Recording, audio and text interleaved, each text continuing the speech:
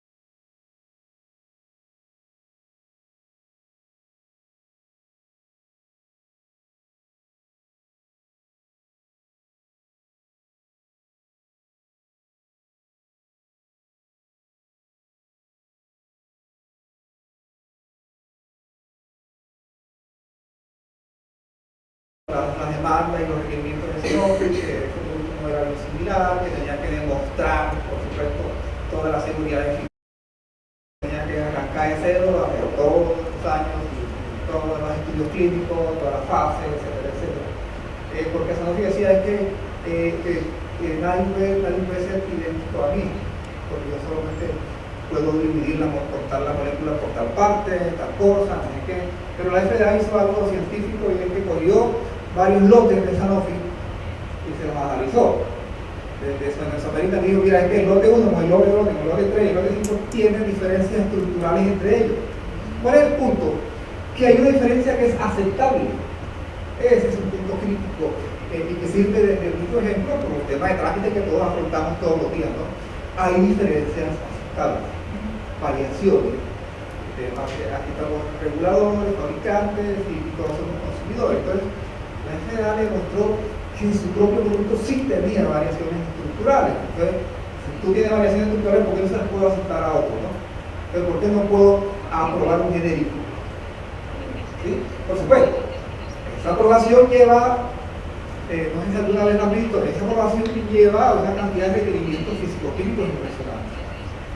Y ahí es donde lo pongo también, por ejemplo, para que nos ubiquemos bien cómo son los requerimientos que ponemos, cómo nosotros exigimos cosas, porque les preocupan cosas, por supuesto, y nosotros se las resolvemos, hablando ya del lado de la industria hacia los reguladores.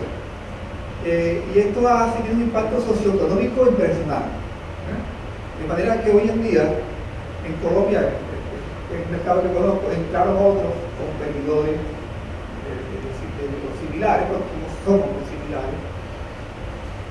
Ya el costo de una ampolla de nosaparina en este momento está en aproximadamente, pasa de costar 12.000, 80.000 pesos colombianos a costar ahora unos 12.000 pesos colombianos. Y la nosaparina se volvió crítica, ¿no? para la época del COVID. Se volvió un medicamento esencial, se volvió crítico, hubo desabasteció el mercado.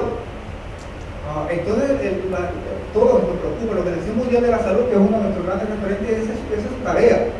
La Organización Mundial es un rector mundial, pero tiene un tema, es que la Organización Mundial no regula a nadie, ¿sí? La Organización Mundial de la Salud va a hacer recomendaciones, pone guías. Entonces la agencia regula, cada país es autónomo y tiene con esos informes técnicos, ¿sí? Y a partir de allí, pues, establece sus requerimientos y pone sus directrices y sus políticas a partir de esas recomendaciones de la OMS, porque la OMS no regula a su país, claro. La OMS nos pone unas guías que en general están armonizadas.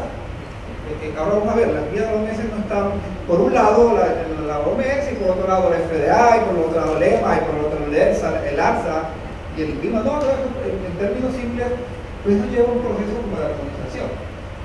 No son cosas disparatadas, porque cada quien por su lado tratando de establecer normas. Entonces mira el impacto que tiene el tema de estos estudios en la socioeconomía, ¿no? Por supuesto, las culturas son diferentes, ¿no? Y aquí vemos que en Estados Unidos es otro mercado, es otra economía, es otros ingresos, pero per cápita otras capacidades científicas. Otras capacidades científicas, pero independientemente de eso, nosotros tenemos que, poniéndonos en el zapato de la industria, tenemos que resolver las preocupaciones que la industria, que los reguladores tienen. Tenemos que resolver sus preocupaciones y tenemos que digamos, pensar y ponernos en sus zapatos también, ¿no? Porque ellos piensan en sus pacientes, ¿no? Piensan en la seguridad, piensan en la eficacia y también piensan en la calidad, por supuesto. En la Contraloría. Sí, por supuesto que son regulados, ¿no? En este tema, en Panamá una vez teníamos una discusión, yo le llamo discusión en inglés, ¿no? Que no es una pelea, es un tema abierto, una discusión científica en Panamá, y en esos días habían puesto presos a varios de la entidad regulatoria de Panamá, el director y estos temas por sistema de trámite. Entonces nos dice el técnico, sí, pero es que si yo te apruebo esto, este medicamento no está habilitado, o sea, los argumentos son válidos, pero yo no te lo puedo probar porque me cae el contencioso administrativo y me lleva preso, ¿no? Entonces sí hay cierta presión a veces a cómo se mueven las entidades regulatorias, porque también están bajo la presión, no, están bajo la vigilancia. Y por supuesto que también hay presiones de la economía para todos lados, ¿no? Para las industrias multinacionales, para las industrias nacionales, para los organismos reguladores, para los gobiernos. Es un tema que es completamente abierto y todos sabemos ese tipo presiones que hay. También ha habido durante mucho tiempo una especie de expertismo, ¿no? En donde también se vendía la idea de que el que no tenía bioequivalencia no era de buena calidad, ¿sí? Pero es algo relativo, porque no necesariamente no tener un estudio de bioequivalencia significa que sea de mala calidad, porque no sea equivalente, porque no sea eficaz y que no sea seguro.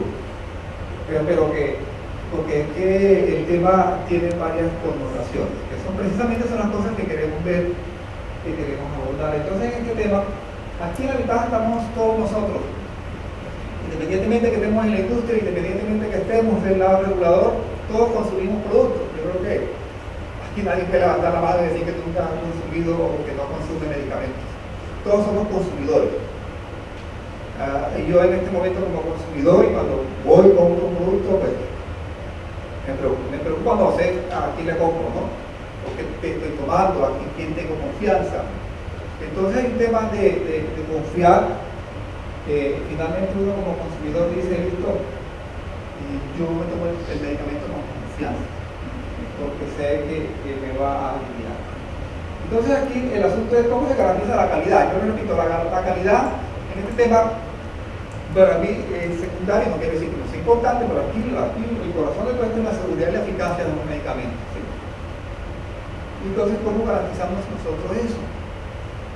¿Sí? Y esa tarea es una tarea conjunta, porque es lo que exige la entidad regulatoria y es lo que nosotros tenemos que garantizar.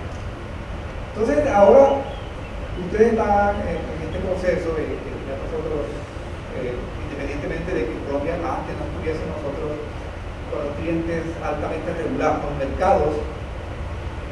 los clientes de mercados altamente regulados, como se mencioné, registros en Europa, registros en Estados Unidos, pues hace que los estándares de calidad pues, siempre estén arriba y que las políticas de desarrollar medicamentos también estén bien enfocadas, ¿sí? Porque es que hoy en día, a la vista de demostrar, es más que un trámite, en el fondo. Porque ¿qué sucede cuando el producto no tiene que demostrar bioequivalencia? ¿Qué sucede? No me preocupa entonces en ese caso la eficacia y la seguridad porque no tengo que hacer el trámite. O si nos preocupan, por supuesto que nos preocupa. Por supuesto que nos preocupa todo. Y cuando yo desarrollo un medicamento, independientemente que tenga que demostrar equivalencia in vivo, tiene que estar diseñado, desarrollado, que va a ser un medicamento beneficioso para los pacientes. ¿Okay? Entonces hay que empezar en todos estos puntos de vista. Este es un caso de ejemplo que sucedió en Colombia en el año 69. Allá hubo una epidemia de fiebre amarilla en los años 60, que se extendió a todos estos países. No sé si, bueno, todos estaban pequeños o no habíamos nacido en esa época. En el año 69 era presidente el señor Gerard Restrepo, papá de otro presidente, Gerard Camargo. Entonces, esa fiebre amarilla era tratada con clorafenicol, un antibiótico, ¿no? Se utilizaba clorafenicol como antibiótico.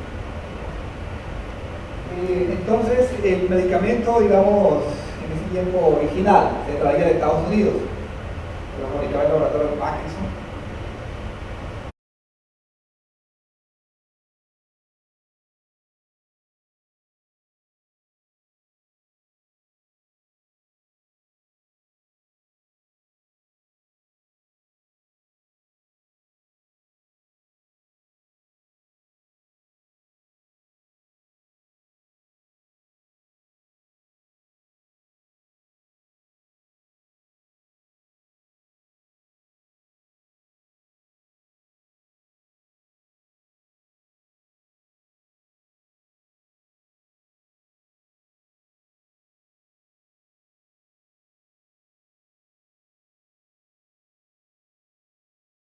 Con Parkinson, que fueron las primeras políticas de genérico en Colombia, comenzaron con acuerdos con compañías como Parkinson, y entonces hizo un acuerdo de que Colombia fabricara su propio medicamento. Colombia compraba su propio medicamento. El asunto que aquí es que No sé cómo se llegó a la conclusión, luego comenzaron a dar una cápsula y la fiebre no bajaba. Entonces, no, supongo que decía entonces dale dos, ¿no? Y el dos funcionaba como que dándole hasta que encontraron que 4 cápsulas del genérico fabricado en Colombia alcanzaba el mismo efecto que una cápsula de magia. Entonces, aquí hay una pregunta interesante, ¿cierto? Y es ¿por qué? ¿Por qué? Entonces, para no aburrirnos tantos, a ver, alguien del público, ¿por qué cree que pasaba esto? ¿Por qué pasó esto? ¿Por qué 4 era igual a 1? ¿Qué tenía esa una que hacía que era la suma de 4 del genérico de Colombia? ¿Qué pasaba? El problema está en el ingrediente y los recipientes pueden afectar, en este caso no. ¿Qué pasaba? ¿Qué pudo haber pasado? ¿Por qué ese disparate, no? El principio activo, sí, pero exactamente ¿a qué cree? ¿A qué le apunta? La estructura cristalina.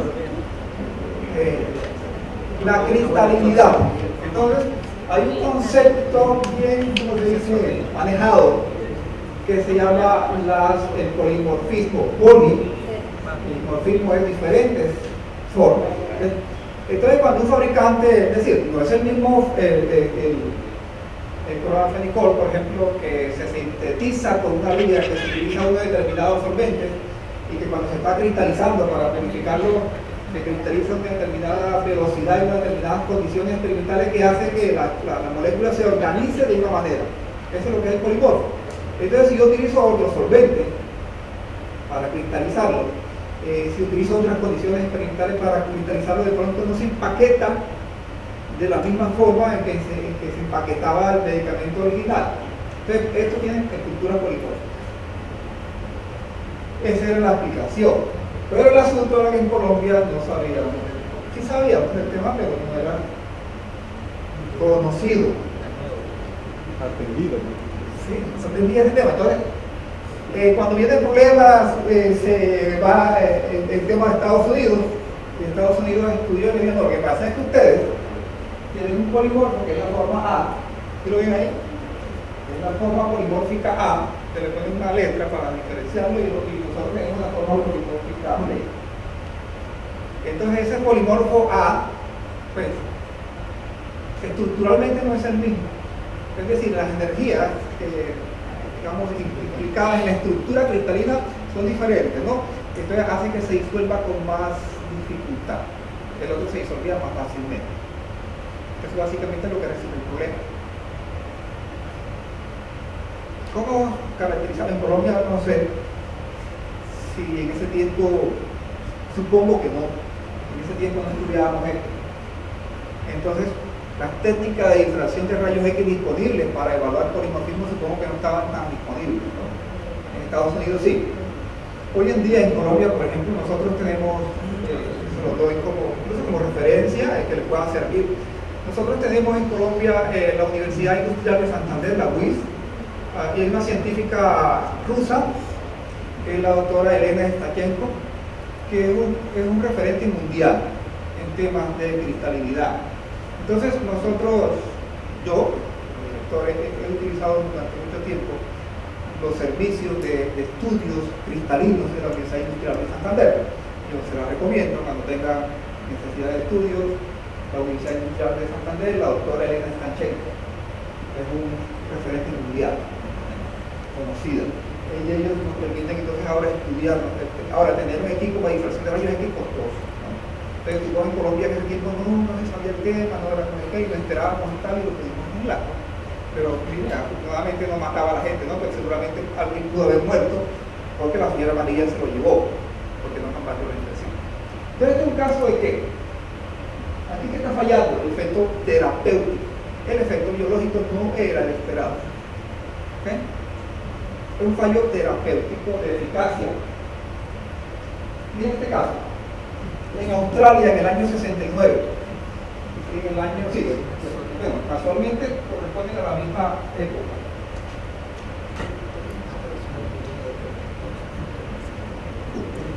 La fenicoína sódica, un fármaco anticonvulsivante. Bueno, entonces estaba el producto original, el comparador, y el mercado por primera vez, y había un genérico. Entonces, este genérico no había tenido problemas de eficacia ni de seguridad, era un medicamento seguro. Hasta el día, seguramente que en esa época, bueno, los tiempos han cambiado, por supuesto, y hoy en día nosotros no cambiamos algo tan rápido, tan fácilmente, ¿no?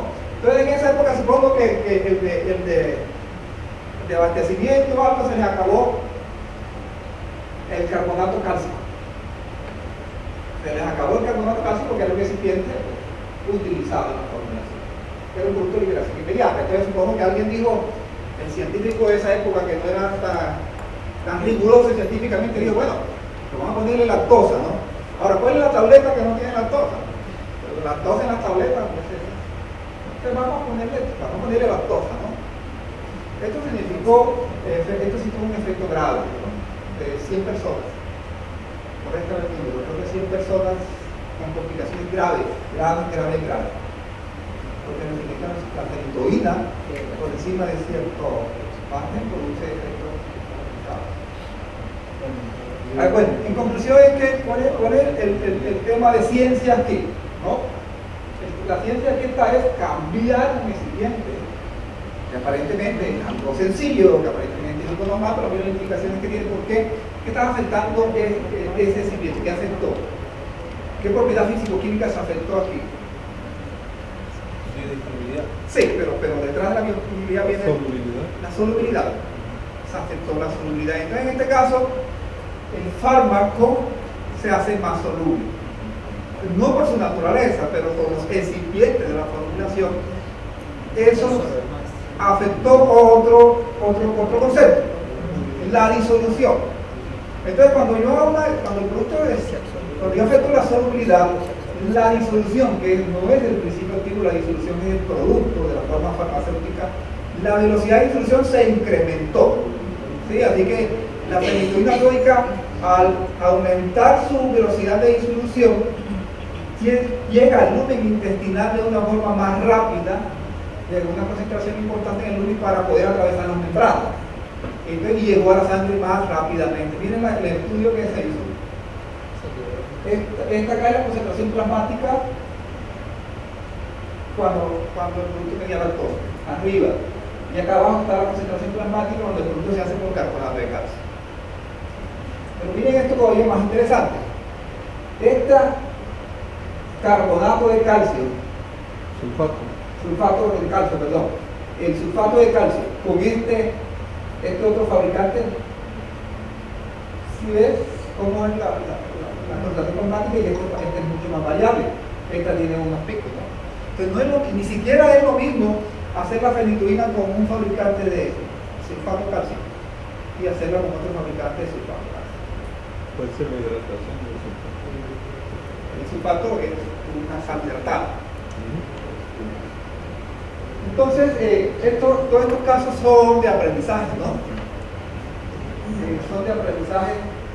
Entonces aquí está, listo, yo cambiando solamente un recipiente se afecta la solubilidad, que termina afectando la velocidad de disolución, que termina incrementando la velocidad de absorción de fármaco y que lo hace mucho más biodisponible. Pero mucho más biodisponible no necesariamente es mejor, ¿no? Así que también hay que quitarnos ese tema.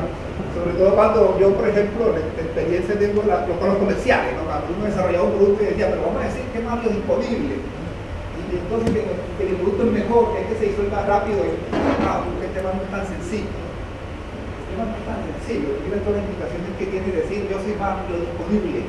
Ser más biodisponible significa poder matar para un paciente, pero en algunos casos. En algunos casos que no funcione, que no sirve. Bueno, entonces la referencia regulatoria a que hacemos referencia, a que nos vamos a referir en esta charla, es partiendo de la Organización Mundial de la Salud. ¿Por qué? Eso lo dije, ¿no? La Organización Mundial pone las guías con los lineamientos, nosotros las cogemos. De hecho, en Colombia, nuestra resolución de bioequivalencia es una traducción oficial, así dice.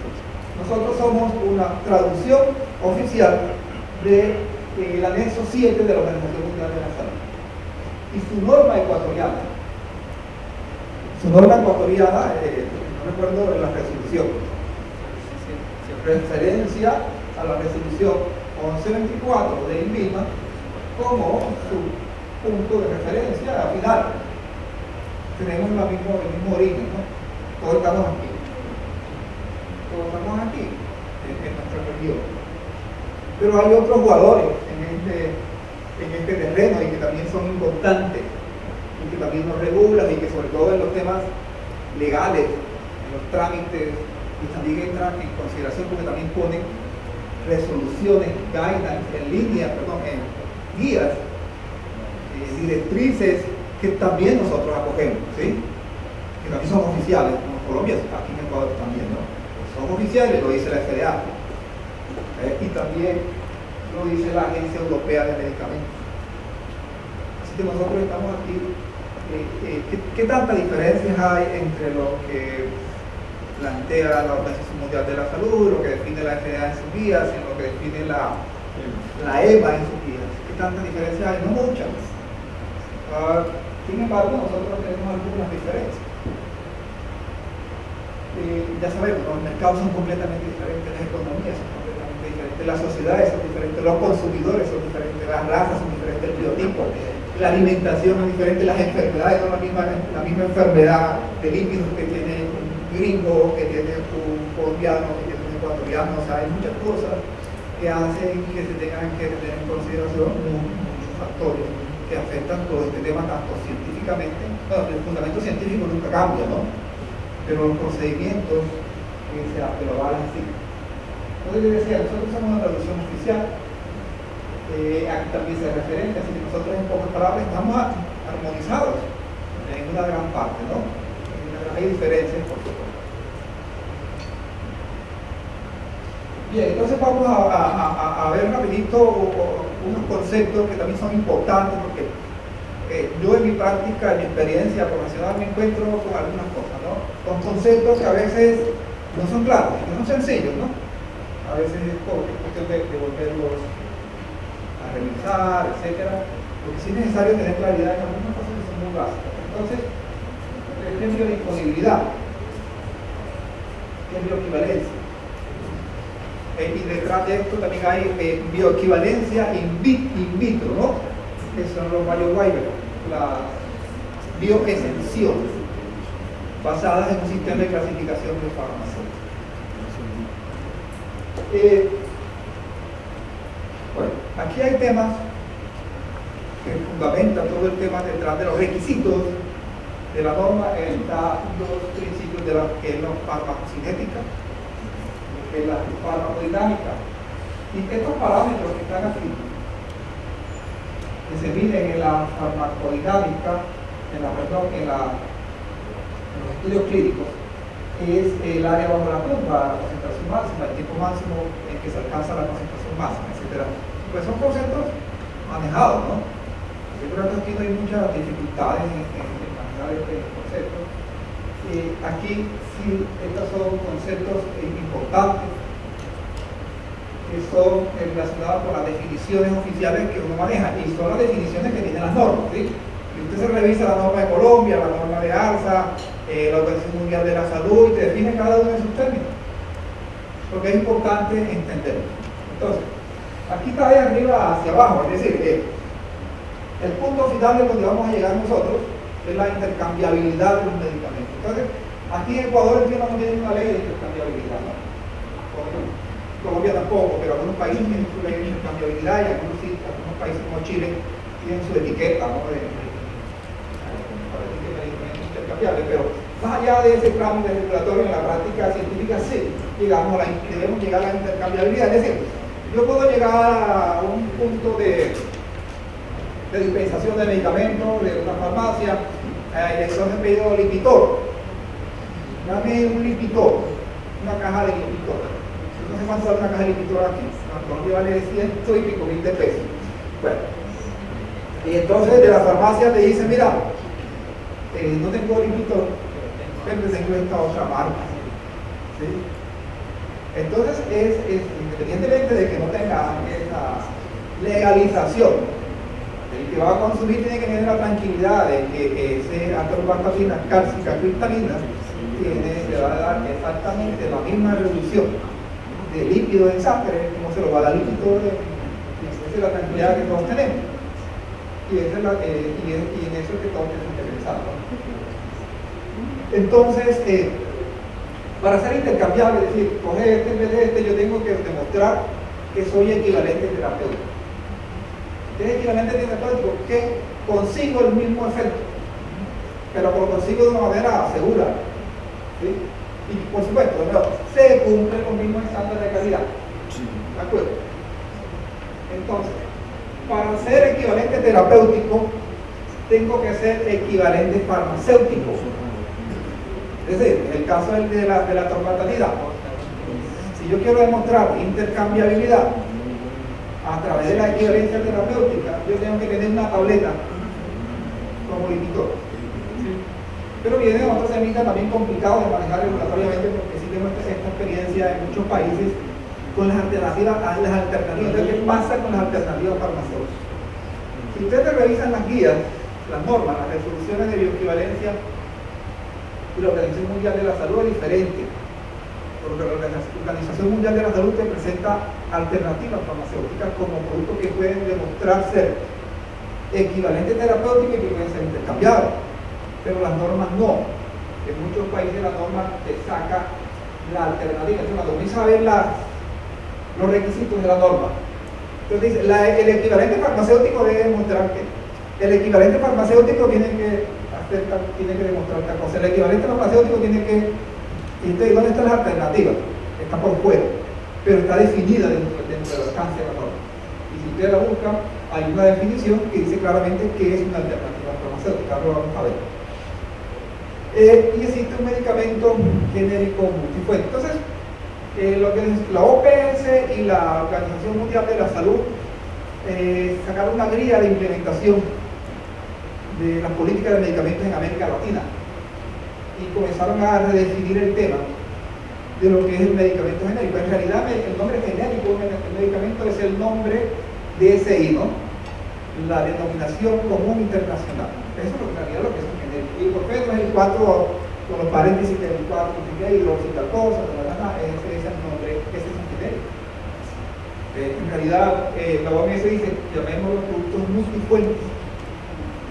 Y también para bajar un poco a la preocupación, a esos prestigios también a que venían siendo sometidas a la industria nacional con relación a los productos innovadores. Entonces sacaron esa guía por esta oportunidad. Detrás de todo esto hay un sistema científico, que es el sistema de clasificación biofarmacéutica, que es el fundamento científico que nos permite demostrar que sin hacer estudios in vivo yo puedo demostrar de que soy equivalente terapéutico y que puedo ser intercambiable. Bien. Entonces hay unos conceptos, yo estoy siendo un poquito más químico, que es solubilidad, que es disolución, que es permeabilidad. Estos son los tres pilares fundamentales de la bioascensión. ¿Okay? ¿Qué es solubilidad? ¿Y qué es disolución? Ya lo mismo, ¿no? ¿Solubilidad qué es? ¿Cómo la definimos? ¿Qué es la solubilidad? ¿O con quién está relacionada? ¿De quién es la solubilidad? Es del principio activo, es del fármaco, ¿no? Es del fármaco. La solubilidad es de las sustancias activas. La disolución es del producto terminado. ¿Okay? Entonces, por ahí no nos confundamos en decir que la solubilidad de la tableta no. La velocidad de disolución del activo dentro de una tableta es tal cosa. ¿Sí? Entonces la farmacocinética, la farmacodinámica y todas estas cosas están, digamos, entonces veamos aquí algo. ¿Qué es lo que nosotros esperamos del desempeño de un medicamento en nuestro organismo? Con las palabras, cuando usted se toma un medicamento, ¿qué espera? Ahora, listo, el efecto terapéutico, espero que sea seguro y que sea eficaz y que cumpla con todo. Cuando yo me lo tomo, yo no estoy pensando que cumpla con sus estándares de calidad. Yo en ese tiempo me estoy tomando que hay una monografía UCP que te pide tal cosa, que no me me interesa en ese momento como consumidor. Yo simplemente tengo un dolor de cabeza y bueno, lo quiero aliviar rapidito, ¿no? Eso es como consumidor. Yo aquí estoy pensando que los efectos, las cosas, que la respetan, el polimorfo, no me interesa. ¿Listo? Pero detrás de todas esas cosas, por supuesto, que va el desarrollo académico, ¿no? Entonces yo tomo una forma farmacéutica que queremos. Pero ¿qué le sucede ahora a las formas farmacéuticas? Le suceden muchas cosas.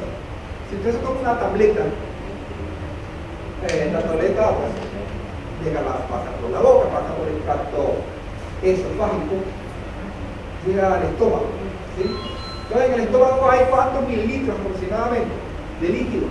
¿Cuántos mililitros hay aproximadamente en el estómago? Eso tiene que ver porque es importante para las biosensiones. ¿Cuánto líquido hay en el estómago?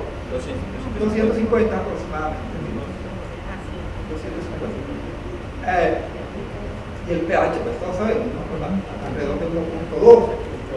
Y hay unas enzimas también. Hay sal italiana, ¿me entiendes? Hay alimentos a veces el estómago está vacío.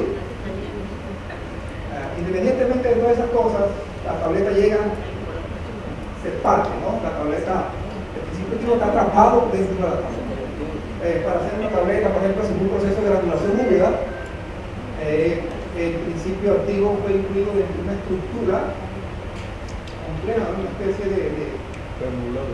El gránulo en realidad es unos puentes químicos que se forman con un binder, un aglutinante, una sustancia y forma una esferita de 300 micras, más o menos, tal, se comprime y lo metemos en una máquina tableteadora. En la máquina tableteadora es solamente varias toneladas de presión, ¿no? 7 toneladas de presión, eso es mucho más que el peso de un carro, de un automóvil. Como dos automóviles, ¿no? Como si cada tableta le estuviera cayendo 2 automóviles y la tuvieran presionada. Entonces, los partículas están fuertemente cohesionadas. Entonces, el activo está atrapado allí. Cuando llega al estómago, el líquido comienza a permear, ¿no? Comienza a permear esa barrera, esa estructura sólida y comienza el proceso de igual. Lo primero que ocurre es un proceso de desagregación, ¿no? Esa tableta se parte en gránulos más grandes y posteriormente se desagrega, se alcanza una desintegración en donde las partículas grandes pasan a partículas muy pequeñas. Entonces, cuando lo tengo en partículas pequeñas es cuando el fármaco va a poder entrar en solución. Y aquí es determinante porque, señores, lo que no llegue aquí, a este estado, no se va a absorber jamás. ¿Sí? ¿Está claro?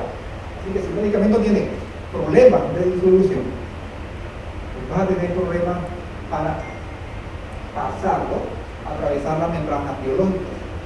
Entonces, la droga llega hasta allí. Posteriormente, tienen que atravesar las membranas biológicas. ¿Sí? Ustedes conocen la estructura convencional del tipo sándwich de las membranas biológicas, una capa de líquido, de fosfolípido y tal, y todo ese tema.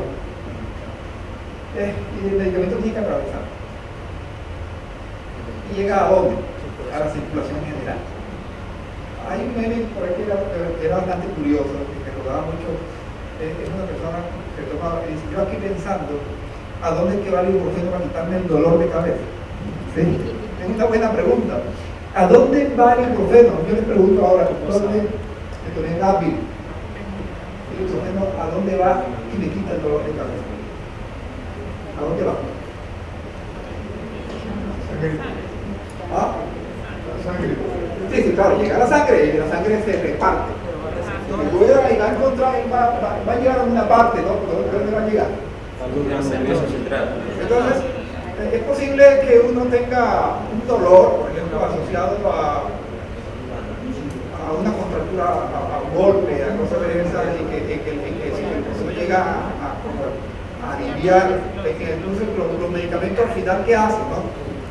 Actúan sobre unas proteínas, los fármacos, las dianas moleculares, los blancos receptores, que son estructuras proteicas sobre el cual el fármaco ya no se dice se acopla, como enseñaron en la universidad, la famosa El concepto de la llave cerradura, de que el medicamento llega y ¡pim! Cae exactamente allí, y entonces en ese concepto de llave cerradura se explicaba el efecto farmacológico. Ya no es una teoría recogida hace muchos años. Ahora es un tema de lo que digamos nosotros en química farmacéutica, es las interacciones fármaco-receptor. Es una aproximación, ¿no? Es una aproximación donde el fármaco, en algunos casos, va a bloquear una enzima, una enfermedad que no se está produciendo con suficiente velocidad o con suficiente concentración de una enzima determinada que hace que se altere tal cosa y se esté generando una enfermedad, entonces llega, bueno, en fin, todo ese proceso biológico.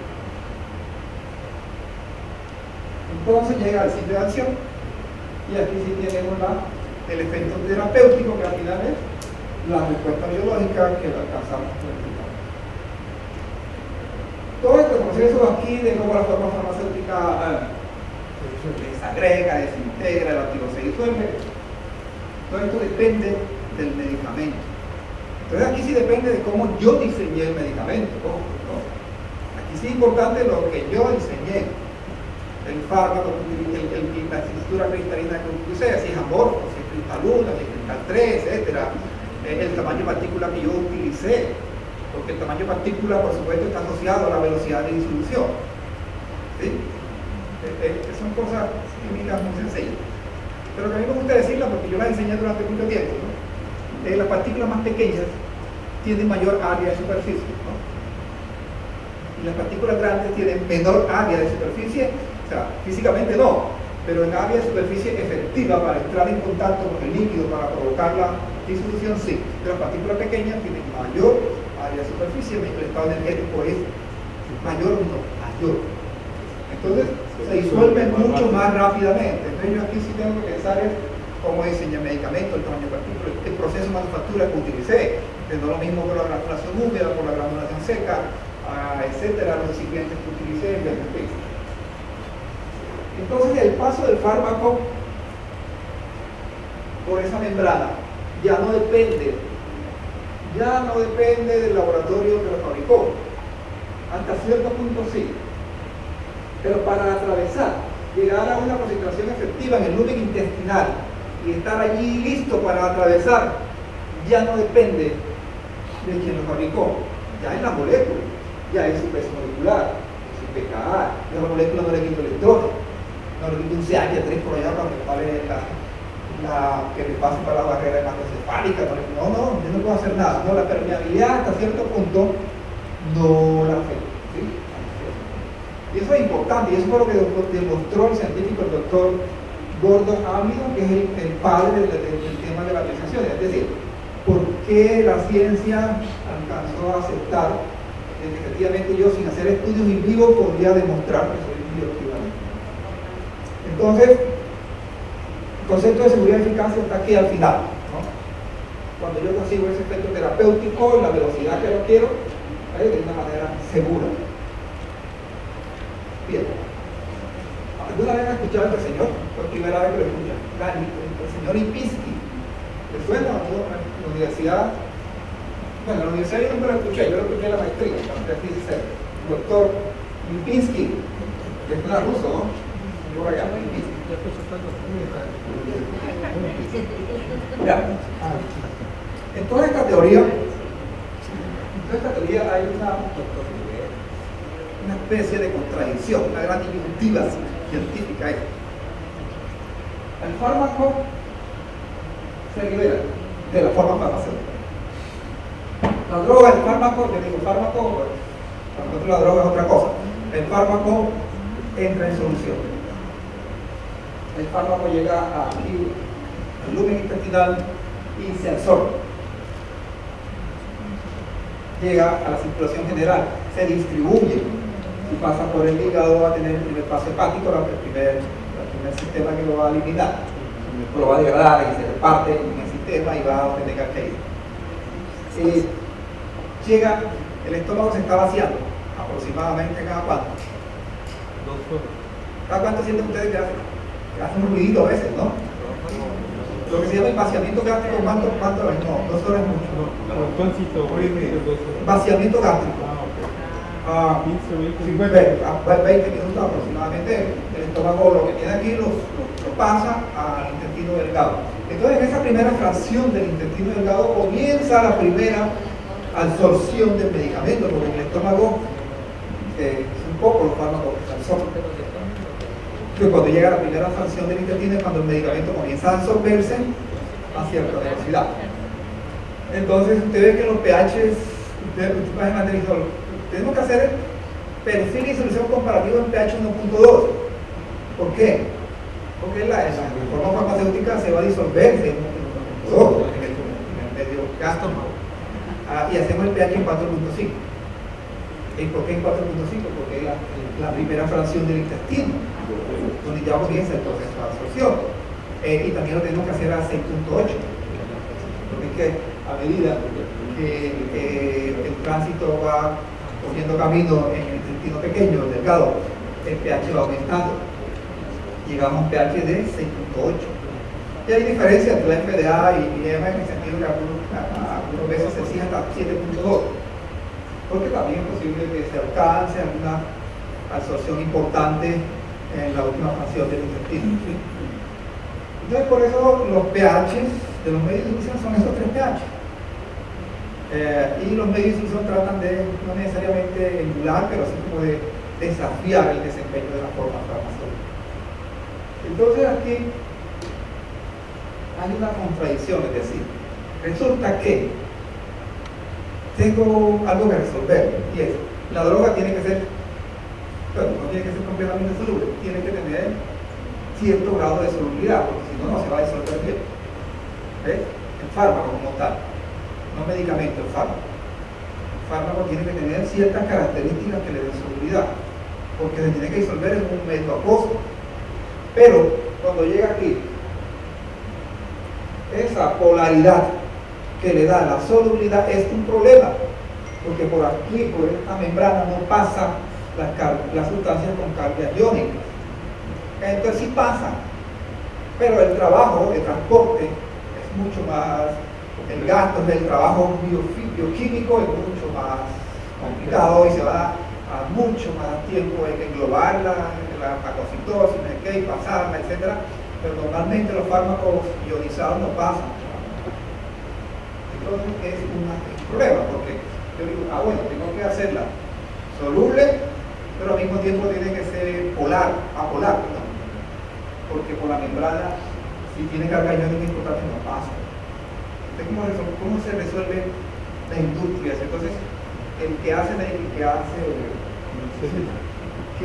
que se inventa, ¿no? Es decir, las moléculas, tiene que pensarlo de esta manera, ¿no? Tiene que pensarlo de esta manera, y entonces sucede que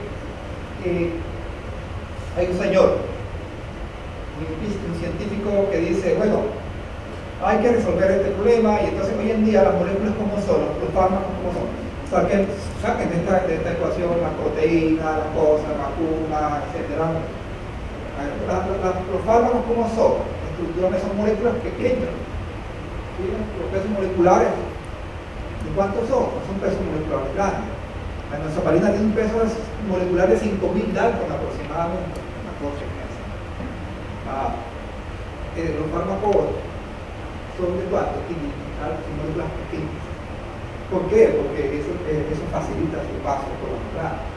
Pero entonces, las moléculas modernas, lo que se está desarrollando nuevo, sobre todo lo que trabajamos con productos que está probando la FDA, búsquenlo y trabajenlo, y casi no son solubles, eso lleva a solubilidad cosa. Son fármacos clase 2, en la gran mayoría. ¿Por qué? Por esto, ¿no? Pero tienen que tener cierta solubilidad. Entonces viene el tema de la coagulación, porque tengo que, para garantizar esa adecuada solubilidad, tengo que poner las incipientes adecuadas, el proceso adecuado para que se disuelva con cierta velocidad y logra tener la glucosa. Entonces este señor Lipinski, esto de uno en realidad ya es la maestría, la gente con doctorado no hace estas cosas. Él puso 5 reglas, como 5 recomendaciones que la gente debe tener en que desarrolle moléculas nuevas. Este no es nuestro trabajo, pero sí es importante saber. Entonces dijo, no, listo, hay como 5 reglas en que no tenga más de 5 donadores de enlace por puente de hidrógeno, que no debe tener más de 10 aceptores de enlace. Esto es un múltiplo de 5, aquí no son 5 y no son 10, pero es un múltiplo de 5. debe tener un peso molecular menor de 500. Debe poseer un coeficiente de un logaritmo P inferior a 5. El logaritmo un pK. Entonces, ¿cómo son los fármacos modernos? Moléculas nuevas, lo que está saliendo al mercado, ¿cómo son? Con problemas de solubilidad, y ahí es donde vienen los grandes desafíos. Sí, nosotros estamos acostumbrados a trabajar muchas moléculas sin tantos problemas, pero hoy en día lo que viene a los mercados, lo nuevo, lo que está probando en FDA, lo que está probando EMA como nuevas entidades moleculares, como medicamentos innovadores, señores, son fármacos con problemas con baja solubilidad ósea. Entonces, la mayoría son clase 2. Bueno, entonces, esto es lo que hasta aquí nosotros de alguna manera metemos la mano, ¿no? ¿Sí? Hasta ahí. Y de ahí en adelante es lo que el cuerpo hace. El cuerpo, como lo vimos allí, el cuerpo es una máquina impresionantemente perfecta, la inteligencia es divina, ¿no? Uno necesita una tableta de cualquier cosa y el cuerpo comienza con una cantidad de reacciones químicas impresionantes. Comienzan hidrólisis, oxidaciones, gentrificaciones, cortan las moléculas pequeñas, no las deja pasar, ¿verdad? No las deja pasar, el cuerpo es decir, todo es extraño para el cuerpo, toda sustancia es extraña. Entonces, el organismo es perfecto, el diseño es maravilloso. Entonces, lo que pasó por allá y que pasó por el intestino, aguántate, porque entonces te paso por 1.2, después te paso por otro pH 4.5 y si sigues pasando te llevo a 6.8 y te lo llevo hasta 7.2 porque el cuerpo va a eliminar esa sustancia.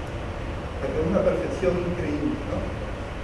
Como ustedes uno relaciona esas cosas farmacotécnicas con cosas científicas, se asocian, ¿no? Y cuando usted ve las pruebas de permeabilidad, perfil de insolución, todo esto tiene que ver con estos sistemas de asociación. Hay cosas todavía más impresionantes que tienen que ver con este capítulo de biodisponibilidad y de bioequivalencia. Y es aquí. Hay unos detalles aquí interesantes, porque es que uno tiene que cuidarse de los recipientes. ¿Sí? ¿Por qué? No sé si ustedes, como lo que recuerden, eso se va a hacer, para ser sincero, si uno no lo repite, se lo olvidó. El citocromo P450, la familia de los citocromos, ese conjunto grandote de enzimas. Dentro de ese conjunto grandote de enzimas, el citocromo P450 estaba la familia del CYP34A. Bueno, esa bioquímica ahí que ya está hace rato que no la manejamos, que no la lubricamos. Entonces, estos son sistemas de transporte, transportadores a través de la membrana. Hay un sistema que se llama el eflujo, es un sistema que hace que esos transportadores vayan sacando, valga la redundancia, hacia afuera, ¿no? O sea, que saca hacia afuera lo que va entrando, porque el cuerpo es tan perfecto que hasta aquí llega a defenderse, ¿no?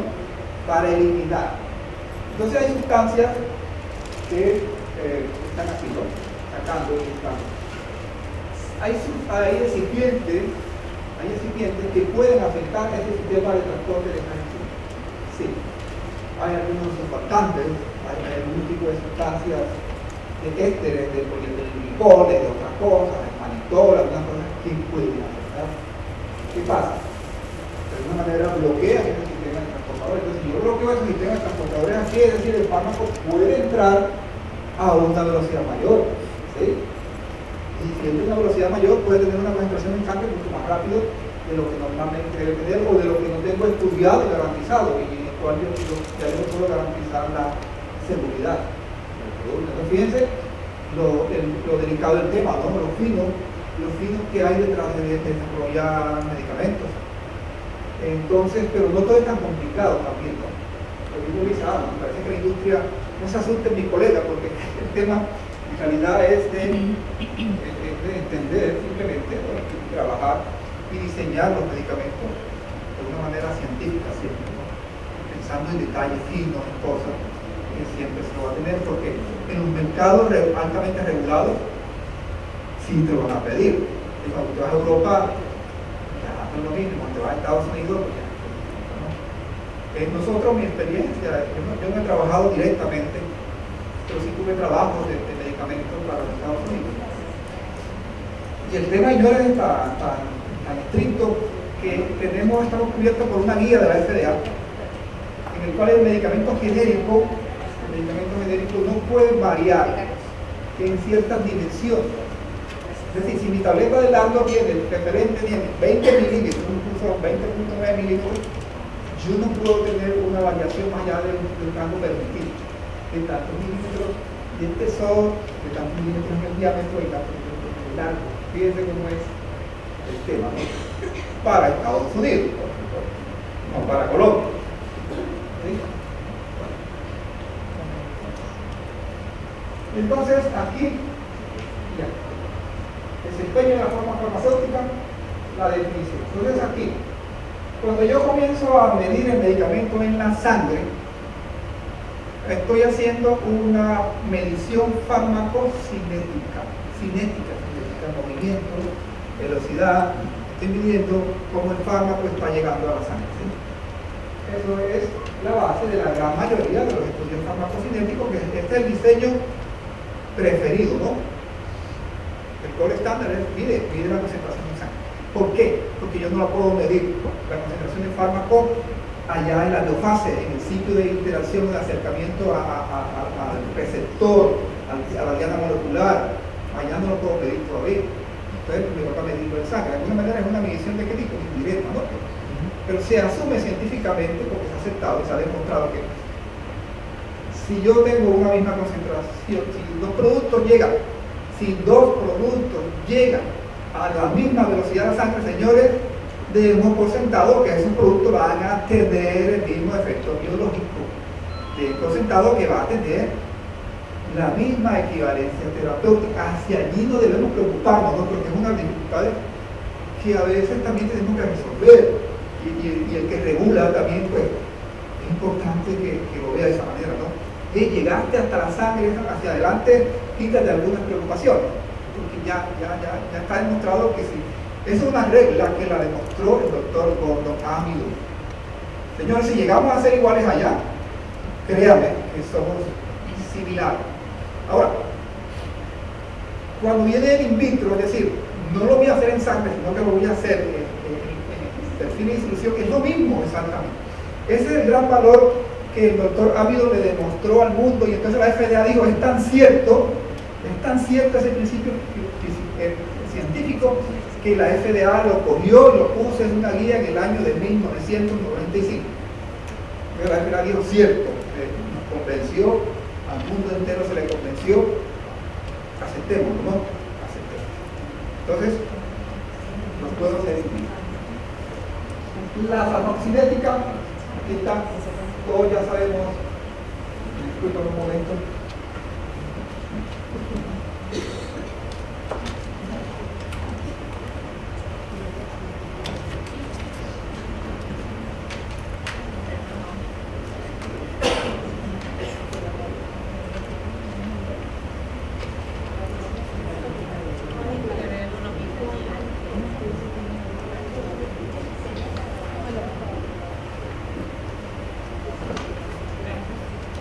Entonces la farmacocinética es esta ciencia de esos procesos que sufre fármacos en el cuerpo. La farmacocinética es el proceso que estudia la evolución, el cambio del fármaco en el cuerpo. Entonces, todo ese proceso bien conocido, absorción, distribución, metabolismo, exclusión.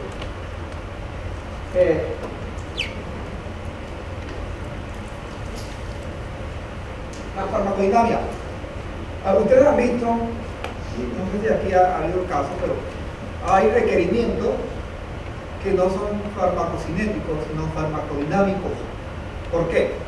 Porque muchas veces es difícil evaluar la concentración del fármaco en la sangre. En algunos casos, porque sí lo hay, muchas guías lo dan cuenta, no mide el fármaco como tal, mide un metabolito.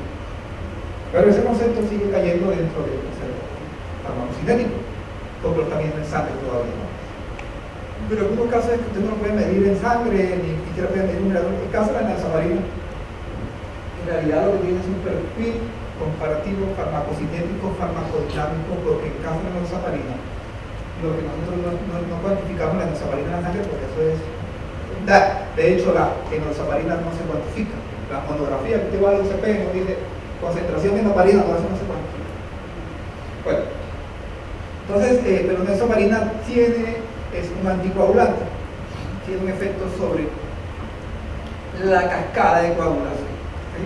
Entonces interviene por allá, bueno, en uno de esos factores de esa cascada que va a intervenir al CUM, y actúa como unos antifactores de la coagulación, el 2A y el 10A. Entonces eso sí lo puedo medir en sangre. Entonces, esa es una medición farmacodinámica. Entonces, la enoxaparina como medicamento está aprobado basado en un estudio del perfil comparativo farmacocinético farmacodinámico de voluntarios con 64 pacientes. Entonces, en pocas palabras, pues es lo que le sucede al organismo por acción del fármaco. En este caso, mira, se afectó la cascada de coagulación y ha habido ese efecto. ¿Sí? Eso es lo que es el estudio farmacodinámico. Entonces, regresando al tema del desempeño de la forma farmacéutica, ahí nos encontramos con esto.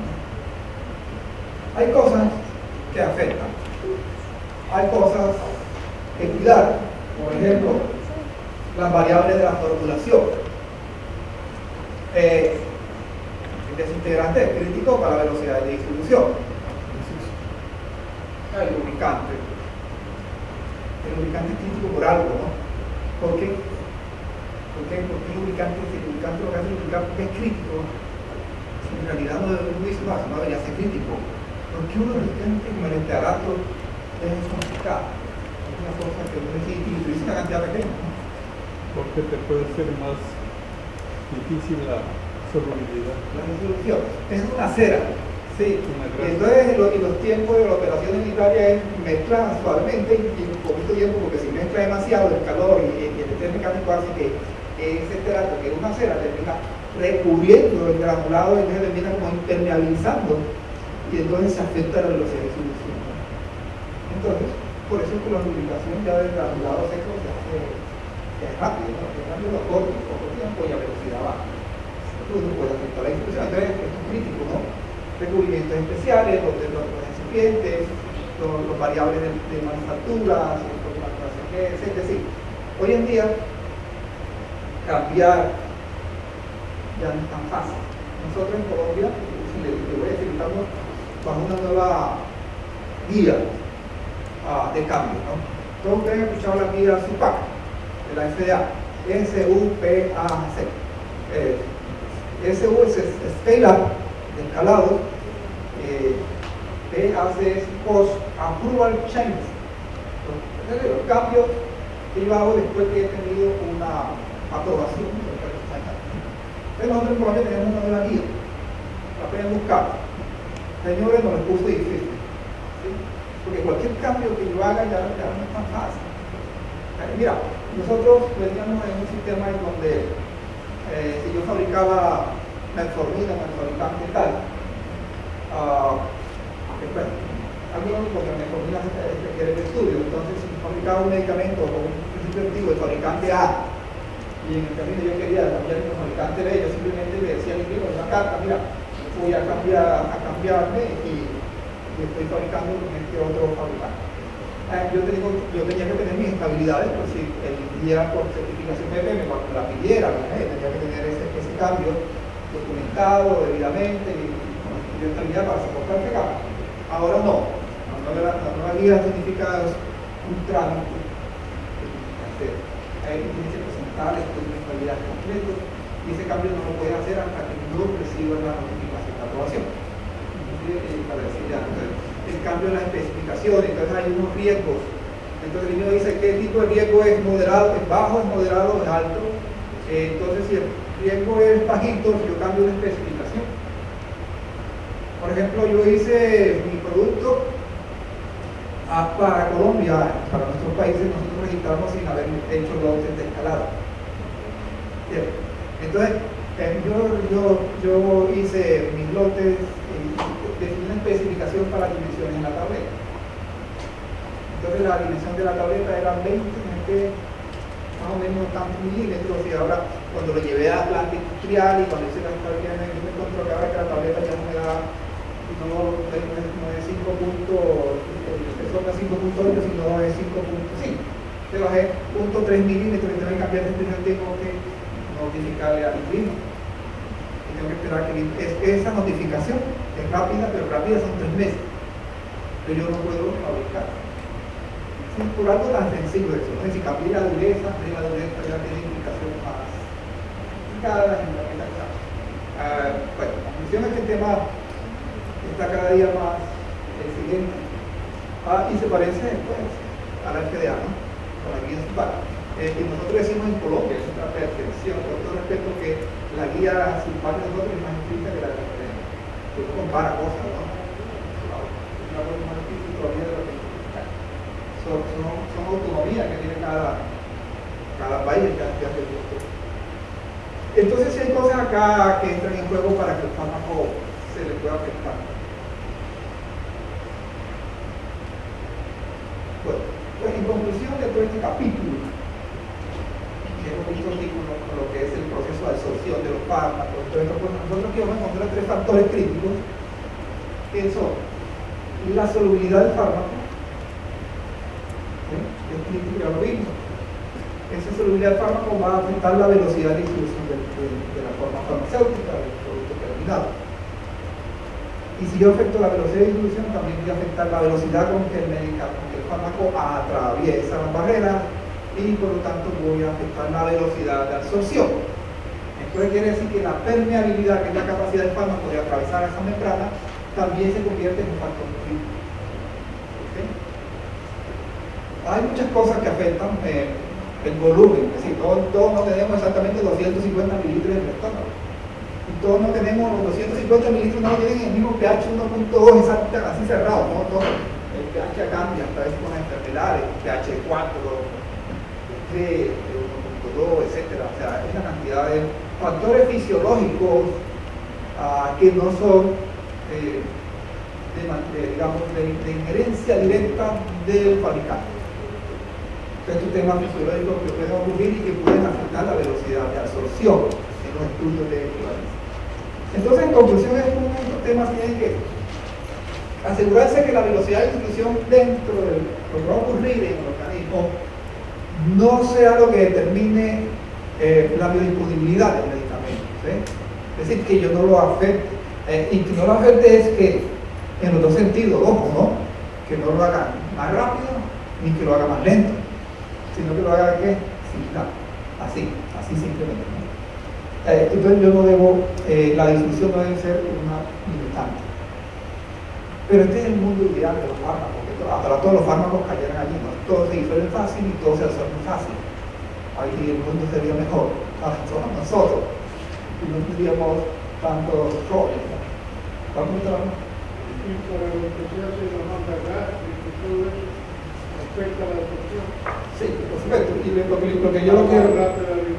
Sí, y lo que le quiero decir es que de todas maneras hay factores fisiológicos, sí, que no están, digamos, determinados por el fabricante o afectados por el fabricante hasta cierto punto.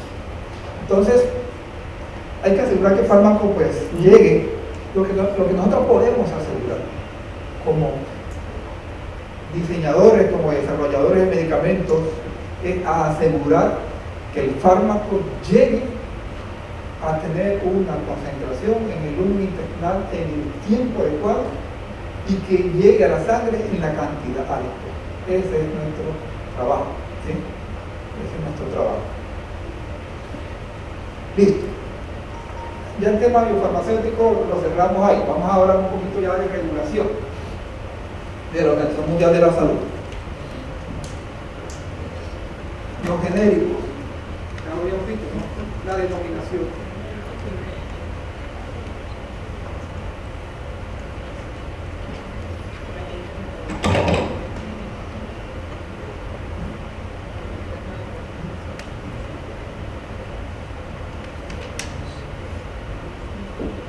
Bueno, la denominación común internacional, el nombre químico, el genérico, entonces la OMS y lo que tiene esto, hay que cambiar el tema. Ahora adelante son productos multifuentes.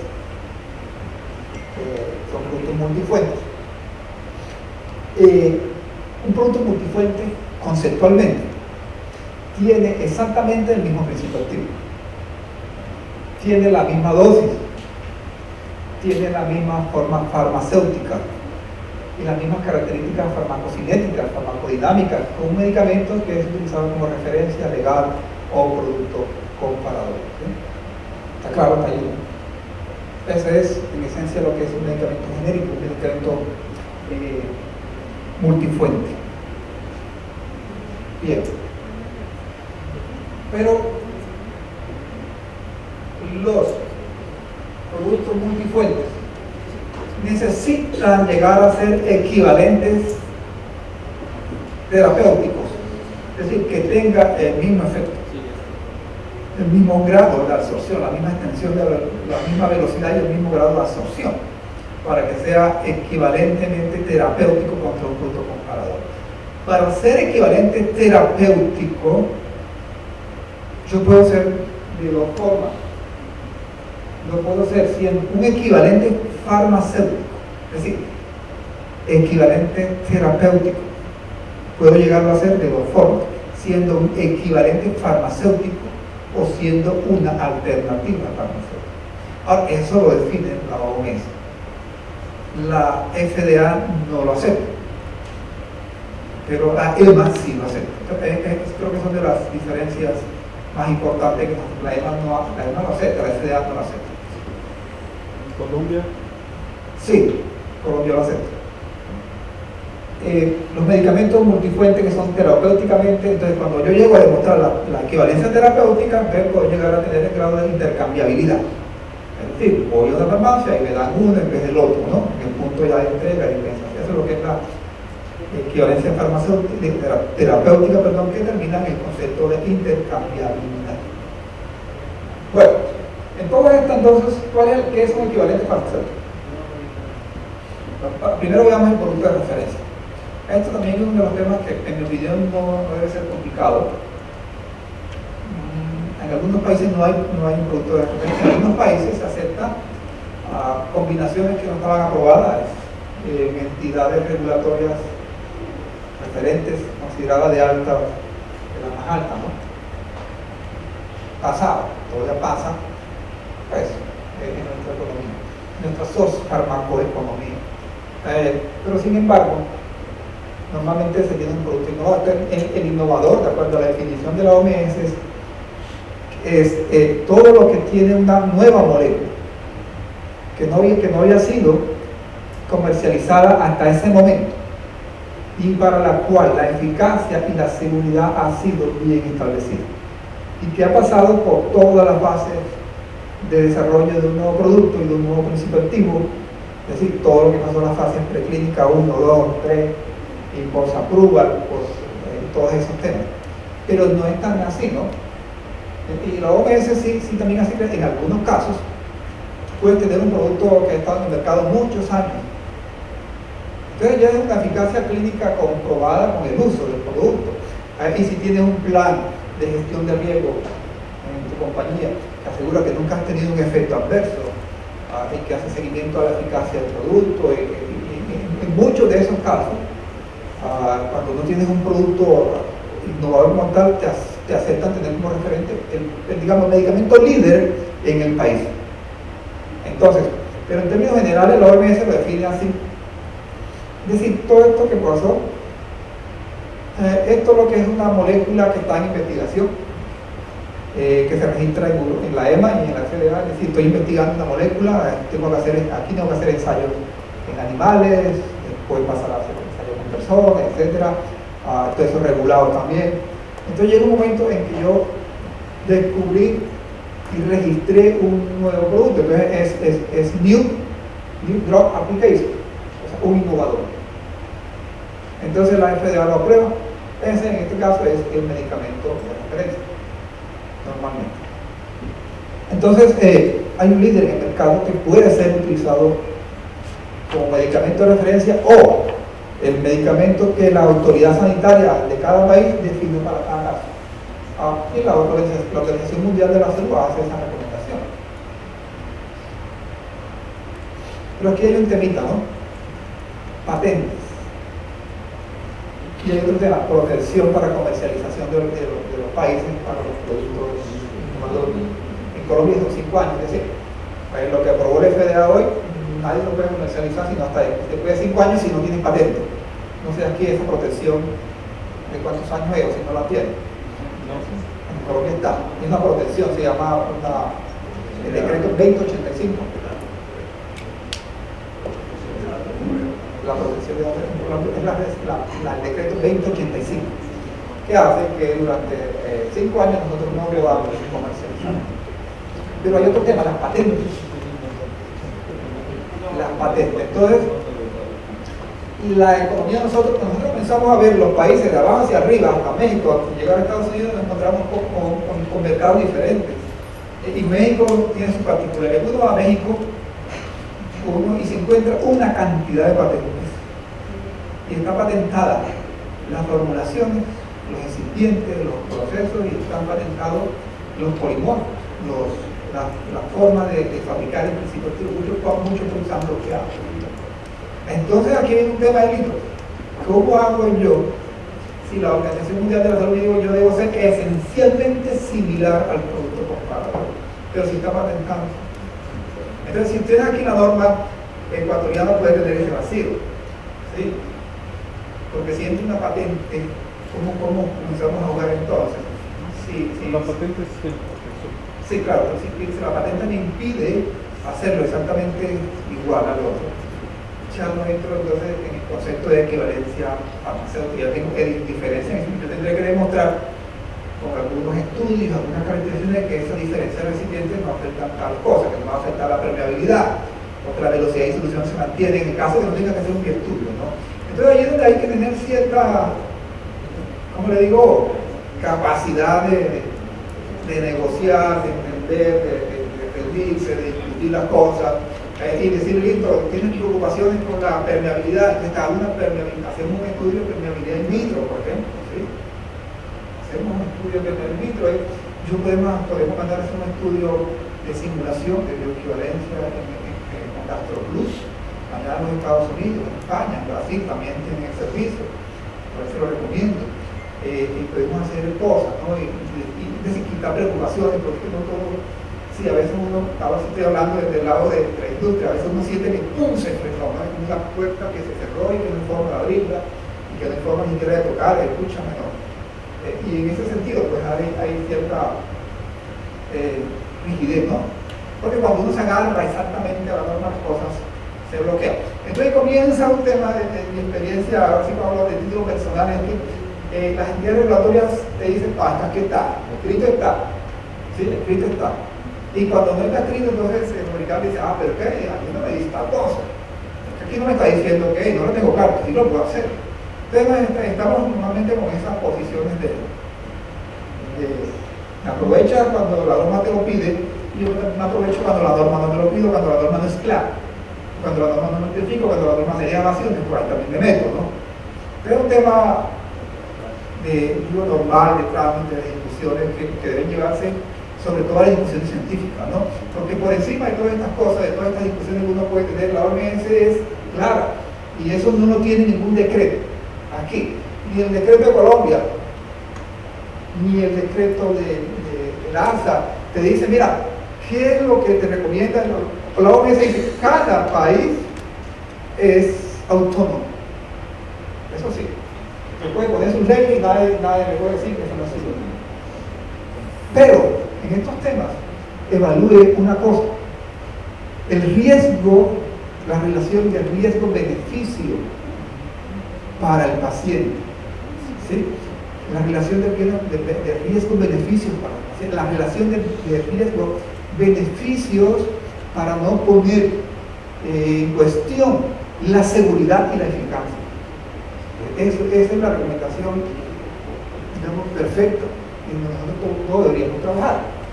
Pero desafortunadamente pues, hay temas legales, hay temas de trámites, y bueno, yo no quiero entrar en esas cosas, pero sí lo veo de esa manera, ¿no? De temas de trámites que a veces terminan siendo complicados. Pero y nos olvidamos de esa recomendación de la OMS, ¿cuál es el riesgo? ¿Qué te preocupa? ¿Cómo lo resolvemos? ¿Cómo resolvemos el tema, no? No todo es tan complicado como parece.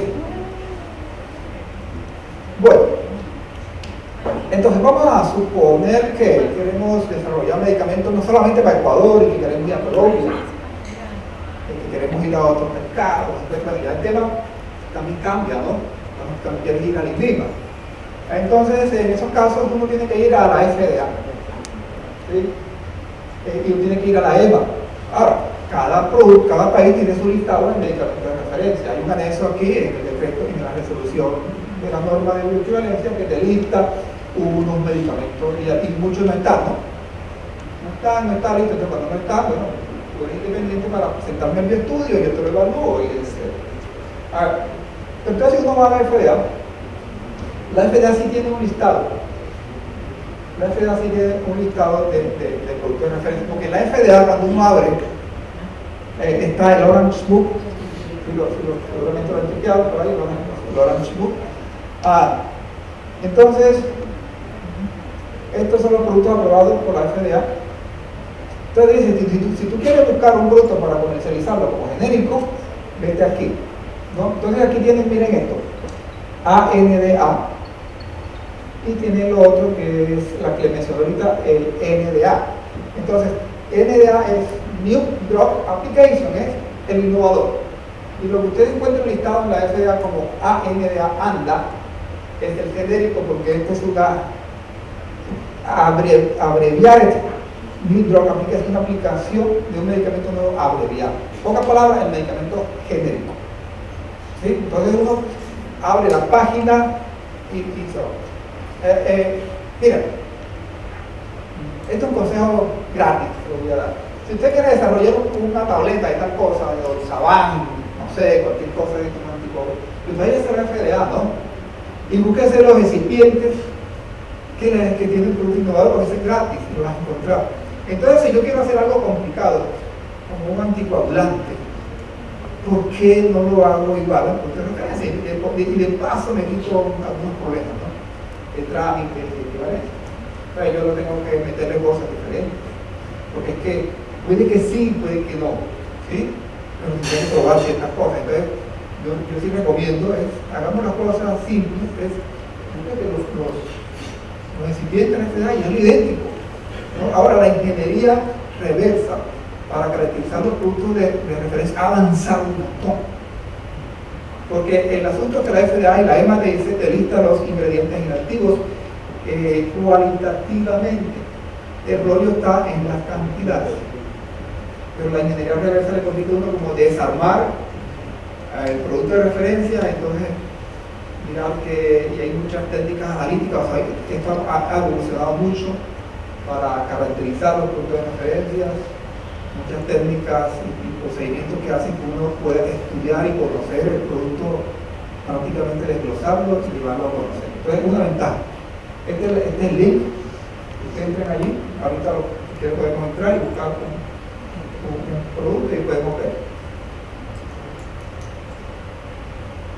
Entonces son equivalentes. Ahora, ese es el punto de referencia, el equivalente farmacéutico.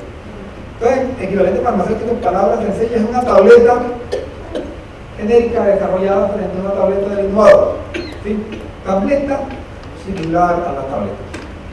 Entonces, si yo tengo la misma forma farmacéutica, es decir, si tengo las mismas indicaciones, la misma cantidad de dosis molar, la misma sal, los mismos estándares de calidad, si es la monografía UCP, etcétera, todas esas cosas. Y yo tengo un medicamento que se llama equivalente farmacéutico. Ahora, ¿tengo resuelto el problema? ¿Qué dice? No, porque si yo hice una finitoína con sulfato de calcio, en vez de hacerla con lactosa, bueno, al revés, si la hice con lactosa, en vez de haberla hecho con sulfato cálcico, tengo problemas, ¿sí?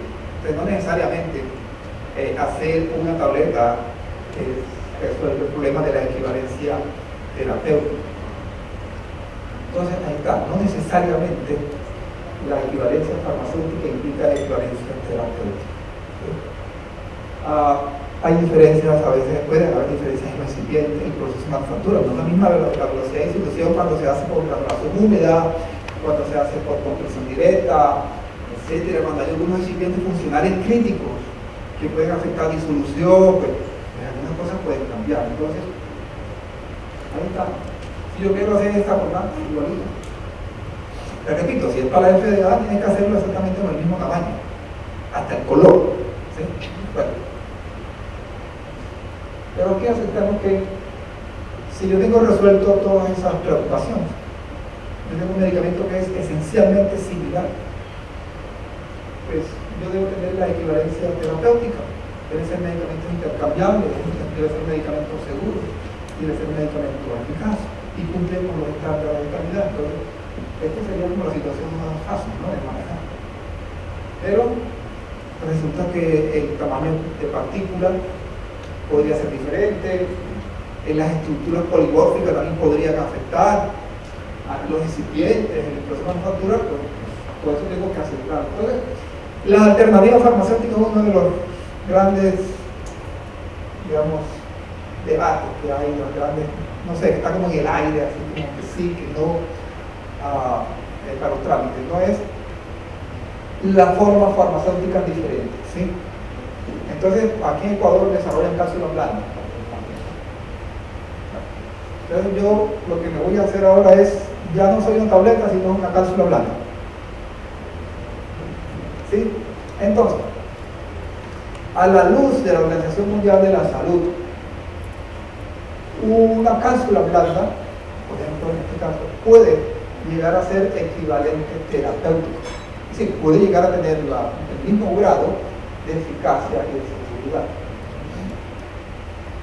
Por ahí ya comienzan a preguntarse cosas, y mira, así, hay otra forma, líquido, sólido, bueno, hay preocupaciones, por supuesto, que resolver. Hay preocupaciones que resolver, porque es que, por supuesto que ya la forma es diferente. En la cápsula, si es una solución, ya no hay partículas, está resuelto el fármaco. El tema polimorfo y recipientes, los recipientes, por supuesto que son diferentes. El proceso de manufactura es completamente diferente. Entonces, si es viable aprobar una alternativa farmacéutica como un equivalente terapéutico, y más todavía si lo quiero hacer, llegar a esa aprobación sin estudios vivos. Ahora, por supuesto, en Europa y en Estados Unidos es aceptable, ¿okay? Pero en nuestro mercado sí. Pero hay que resolver algunas cosas. Entonces, uno de los temas es la distribución. La distribución puede ser más rápido, o in vitro puede ser iguales, pero in vivo, ¿cómo va a ser? La permeabilidad va a ser uno de los temas críticos aquí a resolver. Porque en cápsulas blandas se utilizan recipientes. Y ellos tienen que cuidar mi diseño. De ese sistema de transportadores de la membrana, si lo ponemos P450 y toda la familia CYP34, resulta que pueden ser afectados con recipientes con malitol, algunos surfactantes, algunos tensioactivos que pueden afectar ese proceso de absorción de los medicamentos. Entonces el tema sí es un capítulo aparte, pero también es considerado y también es válido de que yo resuelva esas preocupaciones. No necesariamente tengo que hacer, en algunos casos piden los estudios clínicos, por ejemplo, o no necesariamente tengo que hacer un estudio bioequivalente. Todo depende también de qué tipo de fármaco es, qué clase del sistema de clasificación de farmacéuticos de fármacos, clase 1, clase 2. Ahora, ¿qué sucede en el mercado?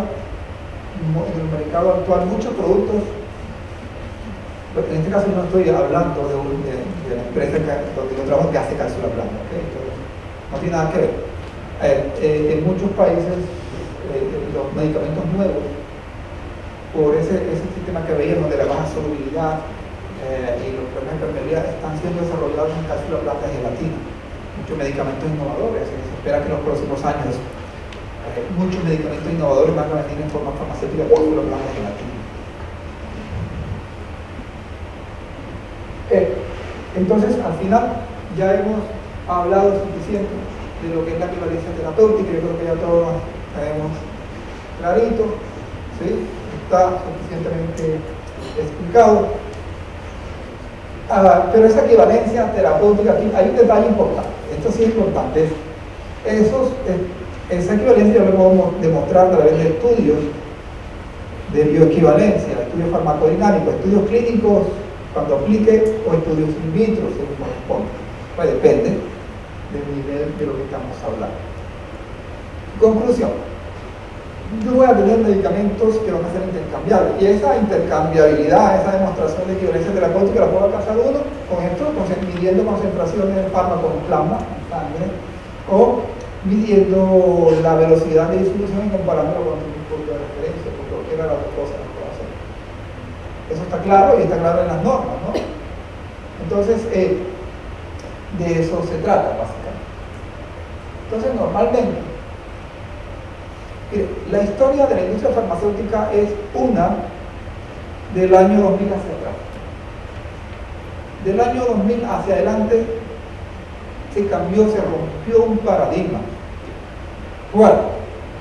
Es que antes del año 2000, antes que apareciera las investigaciones del doctor Gordon Amell, todo se hacía en persona, en plasma, todo. Entonces era una dificultad, o hay gente que no lo hacía. Entonces, hacer estudios en plasma tiene temas éticos.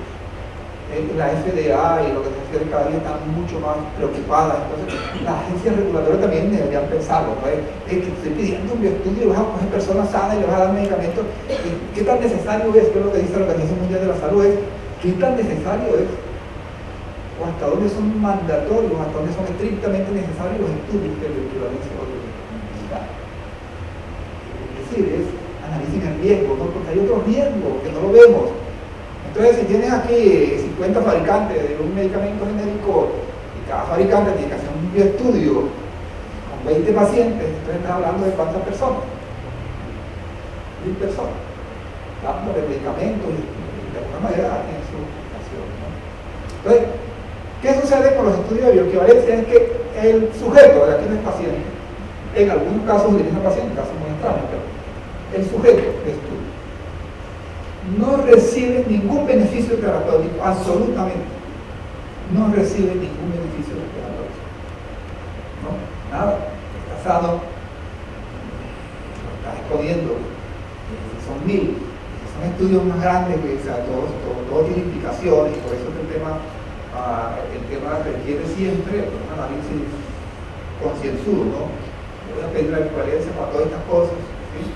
A mí me llama la atención, porque yo revisé las normas, a mí me llama la atención, por ejemplo, algo particular que noté. En los moléculas listadas para demostrar bioequivalencia aquí en Ecuador. Atorvastatina, tabletas, por ejemplo, ¿sí? Requiere demostrar bioequivalencia en vivo. Si vas a Estados Unidos, sí, pero no estamos en Estados Unidos, ¿no? Ahora, ¿cuáles son los riesgos, no? En Colombia no se pide demostración de bioequivalencia para la atorvastatina tableta. La atorvastatina tableta se la inventó Park Davis, que ya existe, en el año 95. ¿Hace cuántos años? 95, 2005, 2015, 30, casi 30 años. ¿Qué se vende la atorvastatina? Bueno, es un tema particular y cada gobierno, cada entidad, pero esas cosas entran. Porque yo digo eso, entonces listo. Si es así, bueno, vamos a desvincularnos ya de que Estados Unidos es otra cosa, olvidémonos de eso, eso es otra regulación. Entonces, si es así, ¿qué sucede si se comienzan a pedir la bioequivalencia de todos los clase 2? Porque la atorvastatina es una droga clase 2 que no debería optar por demostrar bioequivalencia in vitro, sino in vivo, por su naturaleza, por su clase 2. Pero entonces, ¿por qué no qué pasa si tú le pides que le pides bioequivalencia a todos los clase 2? Entonces pongas ibuprofeno. Ibuprofeno es un fármaco clase 2 del sistema de clasificación farmacéutica. Me voy a adelantar un poquito, pero ya lo vamos a ver en detalle. El ibuprofeno es clase 2. Entonces el ibuprofeno debería demostrar que no está, porque seguramente se hizo un análisis, ¿no? Del riesgo, supongo. Vamos a pedir bioequivalencia para el ibuprofeno, no, clase 2 sí, pero lo voy a sacar del listado, no veo riesgo seguramente, pero en clase 2. Pero el ibuprofeno,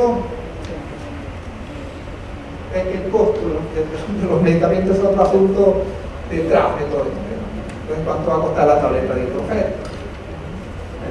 ¿Cuánto vale la tableta de ibuprofeno? ¿Cómo voy a competir? El tema, pues, tiene sus connotaciones, posiblemente. Yo siempre he sido muy respetuoso y no no es una crítica en realidad a lo que estoy haciendo, a su autonomía, a sus principios, a su forma de escoger los pero son discusiones que vale la pena hacer siempre, ¿no? Bueno, entonces, ahí se parte un paradigma, y es que yo sí puedo demostrar de que se puede hacer la demostración de la equivalencia terapéutica a través de los estudios in vitro. Y eso es cuando ya se comenzó a entender a profundidad todo el proceso de absorción de los fármacos. Que antes del año 95, antes de las publicaciones del doctor Amidon, este proceso de absorción no estaba como que tan bien explicado y también estudiado, ¿sí? Bueno, entonces, de eso pasamos a la biodisponibilidad. Entonces, normalmente en nuestros trámites, nosotros no necesitamos demostrar estudios de biodisponibilidad. Normalmente la biodisponibilidad como tal, como sola, como prueba sola, se hace para los desarrollos, ¿no? Cuando estoy desarrollando moléculas nuevas. Pero los estudios de bioequivalencia, al final, son estudios comparativos de biodisponibilidades, ¿sí? Pero la biodisponibilidad teórica, lo decimos, y no la práctica, la que corresponde a estudiar la biodisponibilidad absoluta o la biodisponibilidad relativa, hace una inyección de fármaco, le dan una tableta y comienza eso no aplica para nosotros, nuestros trámites, ¿sí? Pero los estudios farmacocinéticos, los estudios diferentes, al final son una medición indirecta de la biodisponibilidad de los medicamentos y un estudio comparativo. Entonces es posible, nosotros no podemos medir directamente la concentración allá, ya lo vimos, ¿no? Allá donde llega el fármaco a la biofase, al sitio de acción, allá no se mide. Pero entonces va a existir un equilibrio entre el sitio donde está actuando la droga y la droga que está circulando, que está en la circulación general del organismo. Entonces, si yo mido esa concentración en sangre, prácticamente acepto de que en la biofase va a tener la misma concentración. Debe ser como, en palabras simples, la justificación de la medición del área bajo la curva, de la concentración plasmática máxima y del tiempo en el primario, del tiempo en que la droga llega a tener esa concentración máxima. Entonces, bueno, esto es la definición práctica. Esto es ya para lo que sí nos aplica en los trámites regulatorios y en los estudios de diferencia, es que es una propiedad que tiene la forma farmacéutica, ¿no? Es una medida cuantitativa de la cantidad de una extensión, una medida cuantitativa de la cantidad de fármaco que llega a estar disponible en la sangre. En qué tiempo lo hace y con qué velocidad lo hace.